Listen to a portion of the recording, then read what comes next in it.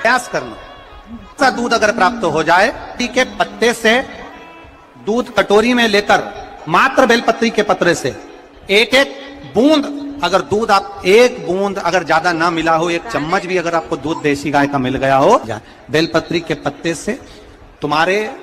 घर के अंदर अगर शिवलिंग है या मंदिर में शिवलिंग है या तुम्हारे नजदीक में कोई शिवलिंग है, उस पर बूंद बूंद एक एक बूंद अगर शिवलिंग पर दूध समर्पित कर रहे हो, श्री शिवाय नमस्तुभ्यम, नमः शिवाय या षडाक्षर मंत्र ओम नमः शिवाय या 33 अक्षर का मंत्र महामृत्युंजय मंत्र, इसका स्मरण कर कर शिव जी पर देसी गाय का दूध समर्पित कर कर इस बेलपत्री को अशोक सुंदरी वाली जगह पर अगर आप समर्पित कर देते हैं, फिर आप जिस भी चीज के लिए अप्लाई करें, मेरा देवाधिदेव महादेव आपका हाथ पकड़कर खींचकर आगे बढ़ा ही दे। शिव महापुराण की कथा तो ये तक कहती है कि अगर जिंदगी में कोई नशा करने वाला व्यक्ति हो ना, बहुत दारू का नशा या चिलम का नशा या चरस का नशा या अन्य अन्य नशे ज्यादा करता हो, और कोई नशे से युक्त अगर व्यक्ति है, बहुत नशेला व्यक्ति है, बहुत नशे में डूबने वाला अगर कोई व्यक्ति है, तो शिव महापुराण की कथा तो यहाँ तक कहती है कि बेलपत्र के बीच वाले पत्ते पर, बेलपत्र के अगर बीच वाले पत्ते पर गौ माता का घृत, गाय के दूध से बना हुआ घी अगर बीच वाले पत्ते पर लगाकर शंकर भगवान को समर्पित करा जाए, और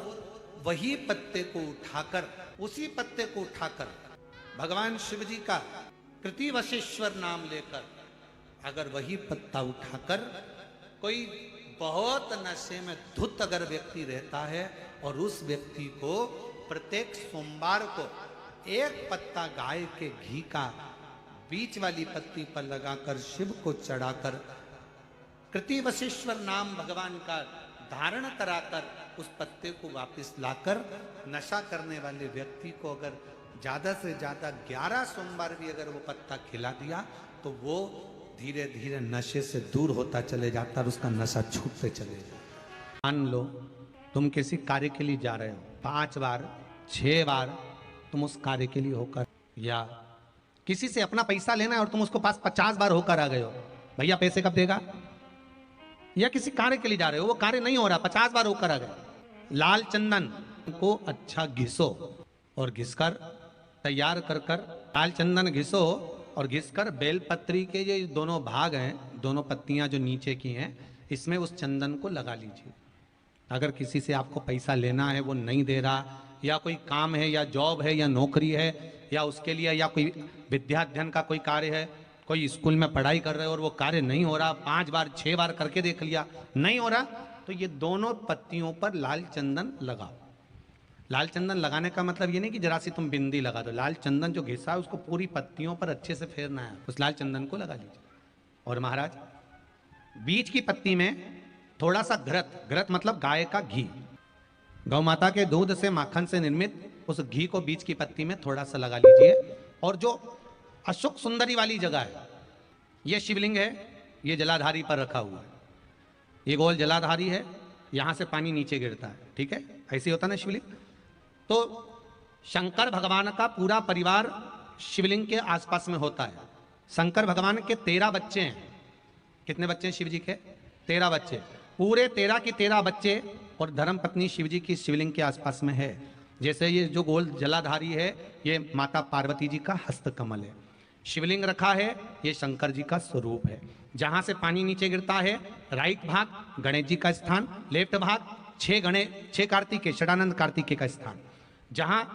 शिवलिंग का जहां पानी जाता है, उसके बीच में एक मोटी सी लाइन होती है, वो शंकर भगवान की सबसे छोटी लड़की जिसका नाम अशोक सुंदरी है, उसका स्थान है। ऊपर से बूंद बूंद पानी जो शिवलिंग पर गिर रहा है, ये शंकर भगवान की 5 लड़कियों का स्थान है, जया, विषहरा, शामली बारी, दौतली और देव। ये शंकर जी की 5 बेटियां हैं जो भगवान शंकर के ऊपर पानी की एक एक बूंद गिराती हैं महाराज। तो शिव जी की जो सबसे छोटी लड़की है अशोक सुंदरी, उस अशोक सुंदरी वाली जगह पर इस बेलपत्र को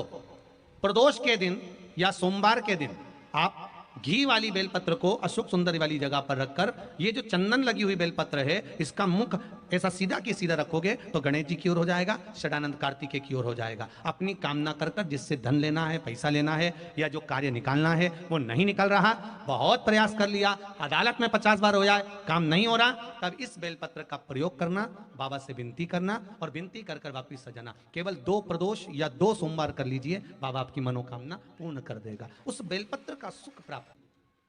घरत का भाग अशोक सुंदरी की ओर होना चाहिए, नीचे की ओर, नहीं तो मालूम पड़े तो ऊपर उल्टा रख दो उसको। जिसके घर में संपदा की कमी होती है, जिसके घर में कर्जा बढ़ जाता है, लक्ष्मी नहीं आती, बहुत टेंशन की जिंदगी जीता है मनुष्य, व्यापार चल नहीं रहा, बहुत तकलीफ का जीवन चल रहा होता है, तो आज भी नियम है महाराज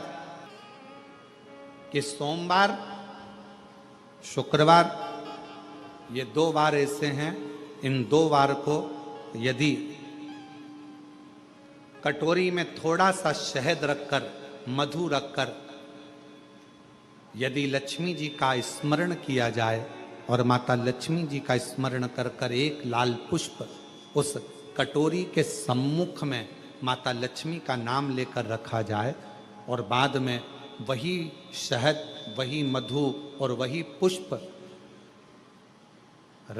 सोमवार का दिन और शुक्रवार के दिन लक्ष्मी का पूजन कर कर, स्मरण कर कर, दूसरे दिन शुक्रवार के दिन पूजन करें, शनिवार के दिन उस मधु का, उस पुष्प का विसर्जन करें, सोमवार के दिन पूजन करें लक्ष्मी जी का स्मरण कर कर, और मंगलवार के दिन अगर विसर्जन करें, 5 या 7 सोमवार या शुक्रवार को यदि आप मधु का भोग लक्ष्मी जी को लगाना प्रारंभ कर दें, शिव का नाम स्मरण कर कर, तो उसके घर में कभी संपदा की कमी नहीं होती, लक्ष्मी उस संपदा को बढ़ाती। 5 सोमवार पूर्ण होंगे, अगर करो तुम्हारा दुख है वो समाप्त जरूर। अगर कष्ट का जीवन चल रहा हो, तकलीफ की जिंदगी चल रही हो, या तो 5 सोमवार या 7 सोमवार हाथ में दुर्वा, मान लो ये तुमने दुर्वा ले ली, हाथ में दुर्वा, एक बेलपत्र, और उसी हाथ में अपने घर का भरा हुआ 1 लोटा जल, पहले रखना है दुर्वा, फिर रखना है बेलपत्र, उसके बाद में हाथ में 1 लोटा जल, और दोनों हाथों का स्पर्श करते हुए जो अपना पूजन का कक्ष होता है घर के अंदर का, उस पूजन कक्ष की साक्षी में अपने कुल देवता, पितृ देवता और अन्य देवताओं का स्मरण करते हुए, बाबा बहुत दुखी हूँ, बहुत तकलीफ में हूँ, बहुत कष्ट में हूँ, बाबा को अपने मन का भाव करते हुए, हृदय से प्रार्थना करते हुए अपने घर के मंदिर से निकल कर फिर उस जल को लेकर शिवालय तक जाओ और दक्षिण की ओर खड़े होकर उत्तर की ओर मुख कर कर जल समर्पित करो। बेलपत्र और दुर्वा दोनों को अशोक सुंदरी वाली जगह पर चढ़ा दीजिए। अशोक सुंदरी की जगह तो सबको मालूम है ना। चढ़ा हुआ थोड़ा सा जल लेकर आओ, घर के दरवाजे पर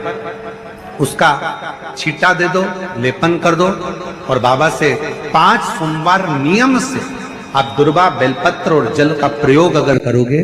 5 सोमवार पूर्ण होंगे, जो तुम्हारा दुख है वो समाप्त जरूर होगा, शिव करना जरूर होगा। सोमवार के दिन भगवान शंकर को अगर जल चढ़ाया जाता है तो हमारे घर में शीतलता का अनुभव होता है। अंतर्गत पहुंची और एक प्रकाश नजर आ रहा है।